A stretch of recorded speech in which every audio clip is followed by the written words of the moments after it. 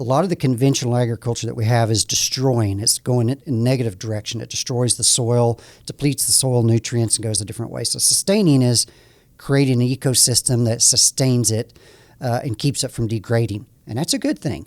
And it could be energy consumption, maybe using solar on your farm to reduce inputs in the world. Regenerative is going beyond sustainability. It's taking the soil and making it better, regenerating it where it's already been depleted, adding the nutrients back through cover cropping or composting or there's different methods for different type of farms.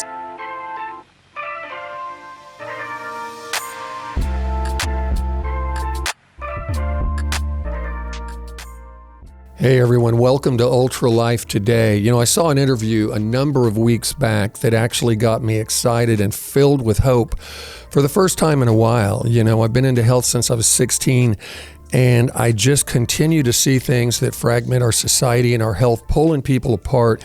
And when I watched this interview, I realized that many of the answers that I've been searching for are literally right under my feet. So we brought you a really interesting person from Oklahoma this week, a gentleman from Indigo Acres out in Guthrie, Oklahoma. His name's Kevin Marshall.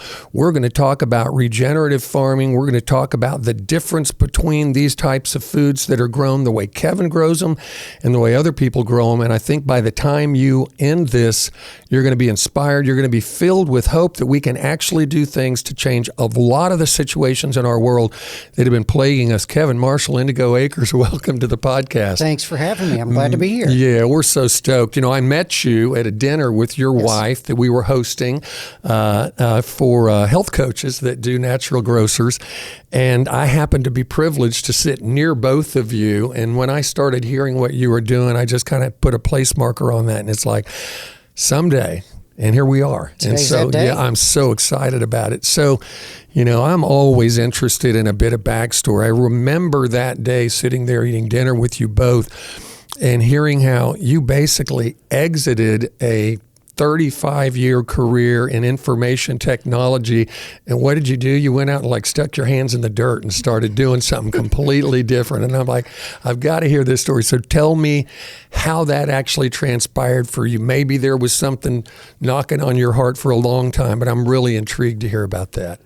Well, it's interesting. People ask me a lot how to make that transition. And it wasn't that while I was working in this IT career, I had an inspiration to do something else. The bottom line, I got burnt out and I quit. I quit my job with absolutely nothing lined up. I had no plans to go into farming. After 35 years, I'd had a great career. I did everything in technology, security, infrastructure, programming. My last job, I was the CTO of a healthcare company in Oklahoma City.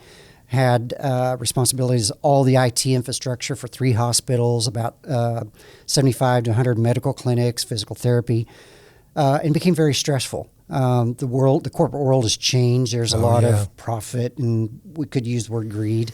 Yeah, but a lot of captured industries, isn't there? Yeah, that changes everything. And for a year, I tried to find another job because I thought it was the job, and all the doors closed on me for the first time. So I came home one day and told my wife, I got to quit my job. She said, okay. The marriage was challenged because of the stress.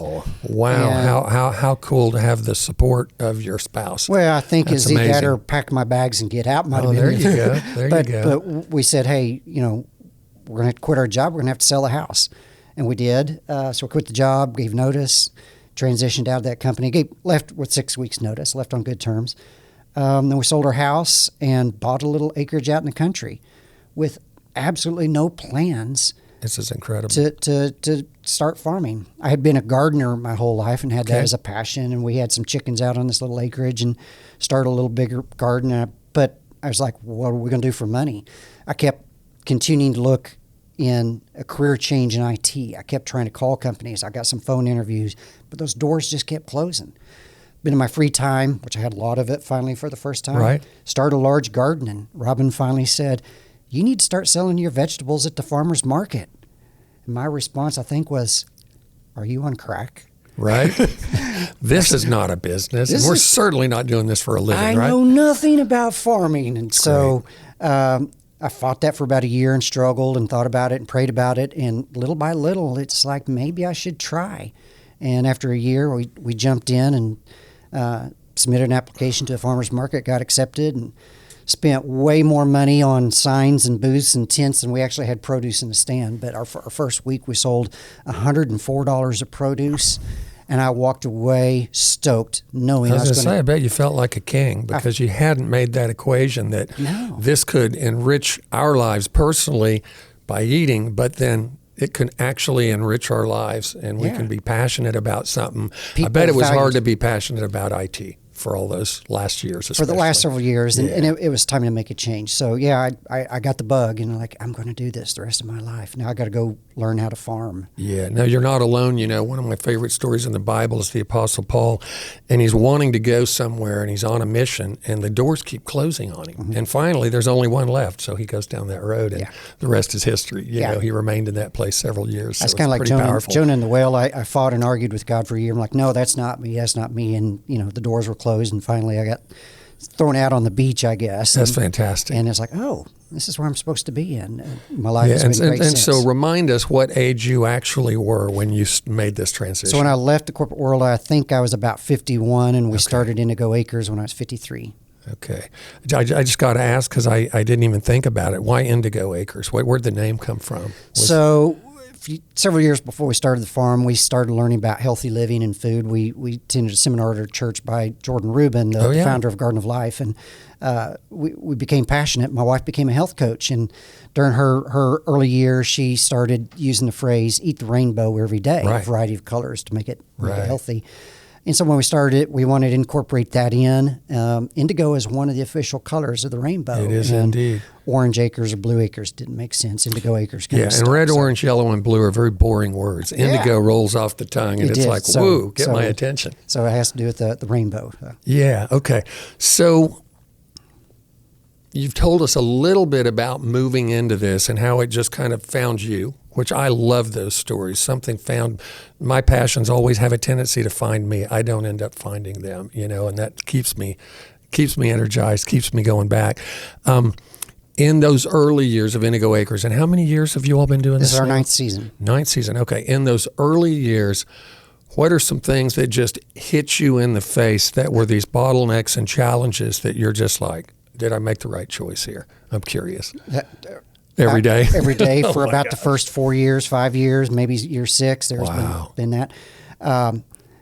Really struggled the first couple of years, even in generating revenue. I think we did $9,000 of revenue in our first season, which just is technically we made a profit, but not enough to. Yeah, so well below poverty level. Well below poverty level. Not for a couple. And not enough to get paid. It was just paid some bills and continued doing it and struggled. But just had this drive in me to get through it. I mean, Robin once said, if anybody can do it, I can. She knew my drive, and having her support helped tremendously. Absolutely. But we got through some hard times, but I all of a sudden realized, especially in those first years, we struggled because I didn't have the knowledge, and we tried to find local farms to mentor us. And the type of system that I was doing just doesn't exist in Oklahoma. It was very popular in Europe and Canada and different parts of the U.S. Yep. And so Robin was like, go find somebody to mentor you. And I'm like, there is none. It's my job. My job is to learn it well, and to teach. Oh, I love it. I love the fact that was already entering into your mind is how can I duplicate myself? Because one person can only do so much. So when you wake up of a morning, and let's say it's a work day, not a day where you get to come and hang out with me and talk, what does Kevin or what do Kevin and Robin do? What's a typical day of you walking through this life called Indigo Acres that you have expanded and now begun to teach other people about? Well, over the years, it's changed significantly because early on I didn't know what I was doing, and it was just trying to do it. But it's become very structured. It's a business. Every day is there's something scheduled because we have commitments and deliveries and orders and processes. We have wholesale deliveries that go out on Tuesday. So on Monday, the wholesale order is prepared, packaged, and labeled and ready to go. We also have to harvest on Monday to determine what we have to sell later in the week. So we update our website Monday evening. People can place our orders for pickups on Wednesday through Friday and so forth. And so, and then there's days that we plant, and there's days that we do weed management, and it's just a very structured approach. But day always starts with a walk in the gardens. because things change very quickly in Oklahoma, from pest problems to disease to maybe a broken irrigation line, and all of a sudden a quarter acre is flooded or something. Wow. So I walk the property every morning with a cup of coffee and enjoy that time, and that kind of dictates the rest of the day. So I know just enough to just barely be dangerous on these subjects, but when it comes to, I've gotten into this whole concept of, studying carnivore diets and studying the whole hunter-gatherer thing and studying the keto diets, and I've realized, that we have availability of everything, especially here in the United States, but you look at other cultures and you see that their eating of fruits and vegetables is a very seasonal thing that isn't, I've got a smorgasbord and I can just grab, all the blueberries and peaches and everything I want, and just and have all that available all the time. How do you go about, especially here in Oklahoma, choosing what actually goes into the ground for what season? Is there a real method to that madness? It's a lot of factors to go in. The first thing we consider is the nutritional value. Indigo Acres was found on the principle of food as medicine. Nice. There's a lot of things we could grow that, such as corn or potatoes, that are high in starches, and peas and different things. We just don't grow those because they're not. We don't see those as medicine or food. Much less healthy. Yeah. Maybe some sustenance, but that's about it. But we also. It is a business. As much as I would like to just grow this food. Yeah, there are other people that want potatoes, isn't there? Yeah, I've got 2 employees that on payroll day, they like the money to be in their account. Of course. They like to get paid. So we also have to look at the profitability. We're a very small farm. People are very surprised. How many acres? Our total property is 2.5, but we only grow on about 1 acre. Oh, nice. And we grow a lot of food. Well into this year, we're going to do well over into the 6 digits on our gross sales on 1 acre. Outstanding. And so part of what we grow is stuff that can be a lot of food grown in a small amount of space. Lettuce is our number 1 cash crop. And that surprises a lot of people in Oklahoma because it's hard to grow in Oklahoma. Beets, carrots. You notice I haven't mentioned tomatoes. People think tomatoes is the number 1 crop. It is for other farms. But from a competition standpoint, when I was at a farmer's market, everybody had tomatoes. If you bring 5,000 pounds of tomatoes and you only sell 2,000 pounds, you then get a nice food fight later in the day with 3,000 pounds of tomatoes. Yep. And you don't get paid. So I love you bringing up the business strategy of what you've had to do because, we have to survive, right? You have to go ahead and make money and pay your people. Absolutely. You've got, how many people total are working with you now on this little kind of 1 acre ecosystem you've created? I've got 2 full-time employees and then a part-time guy that comes in on an as-need seasonal basis. And we also have a couple of volunteers that come out and work for food. See, I was shocked when a friend of mine began to tell me almost 20 years ago that you could actually make a uniquely profitable ecosystem on an acre of land, and that if that principle of doing that, replicating that, and inspiring other people to do the same thing, that people would literally be able to not only drop out of the system, they'd be able to eat healthy. They could even exchange crops with other people. So we're back to the days of barter now and stuff. And he painted this incredible picture, and I'm just so finally glad to meet somebody that's actually rolled up their sleeves and is doing it. It's super exciting. So, so some key crops: beets, carrots, lettuce, varieties of lettuce, or just We grow a few varieties of head lettuces, a romaine lettuce, and we have a leaf lettuce and also a red romaine lettuce. Yeah, but we also do a lettuce mix, which changes from season to season. Some things don't grow well in the summer. We mix that variety as the seasons change, so it blends throughout the season. Have there been any times in these years that you've been doing this that you've got these core products that you just told me about? Has there ever been something new that came along that you're like, I just got to try that. I've got to see if I can grow that and see if that's going to be something that's going to fit well into our business strategy? We experiment each year with some new stuff.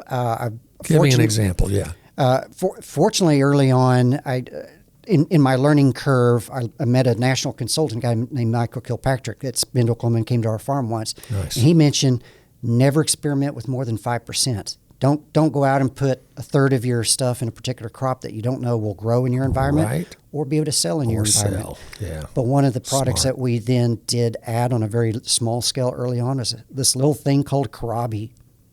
I don't even know if I know what that is. Nobody knows what it is. I think I probably read it, and Adam Payne's not here today, but he will bring these things from the Asian market in to eat, and I've not only never heard of them, they're unpronounceable, and he'll make me taste them. Tell me what kohlrabi is. So kohlrabi is a brassica. It's related to the cabbage and broccoli, things like that. And those things. So it actually has cancer-fighting properties within it, so it's very healthy. But it's this bulb thing with stems that come up. My wife used to call it the vegetable from outer space because it had these antennas. Nice. But you peel it back. You can eat it raw. We put it in salads. And initially, nobody knew what it was, but they would come by our booth and go, "What is that?"